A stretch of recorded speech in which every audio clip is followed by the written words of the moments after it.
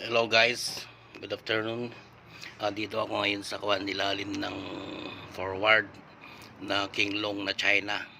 Ang problema nito, ma-vibrate yung makina, tapos palagi daw nagpapalit ng gain support.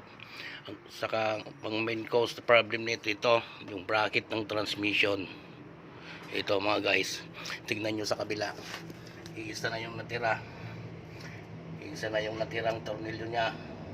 Halos straight na yung tatlong thread niya sa loob, sa lakas ng vibration niya. Tapos ang ginawa ko, nag-convert ako ng salunyang, parang salunyang transmission support. Itong ginawa ko mga guys, ginawan ko ng bracket. Tapos nakahanap kami ng malaking engine support, o hindi ko alam kung saan sasakyan ito. Nahanap na lang namin sa auto supply. Tapos linagyan ko ng bracket, nakakonect dyan sa may chassis kabilaan. Yan, yan. At ganyan ang itsura nya. Siguro hindi naman na siguro ma-vibrate to. Tingnan mo sa kabila, oh. Naubos na yung tornilyo niyan, oh. Naubos dahil sa vibration niya, naubos. Isa lang na yung tornilyong natira. Kaya daan conversion na mga guys na mechanic. Ayan, malaki naman itong nilagay na pinaka transmission support niya. Siguro magtatagal naman na ito at hindi na niya kayang vibrating yung transmission, kasi wala pa daw isang buwan nagpapalit na naman ng engine support kasi masyado daw magalaw. Yan,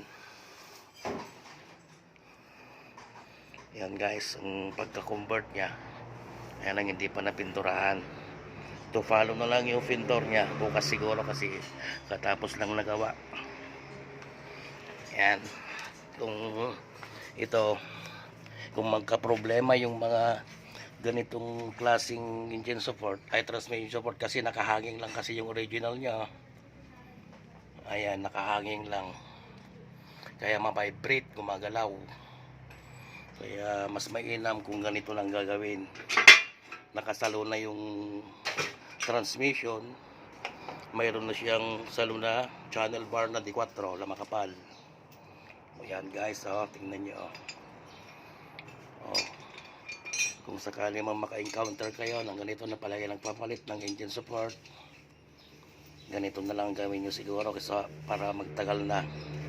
Kasi wala kasing transmission support doon sa may transmission sa may harap. Hindi katulad yung mga Isuzu forward na mayroon na magkabilaan na nakasalo. Ito wala, nakabitin lang siya, guys, oh. Yan yung pinaka transmission support niya. Okay guys, thank you. Para makakuha kayo ng knowledge kung sakali man mangyari ito sa inyo. Sige na guys, bye bye.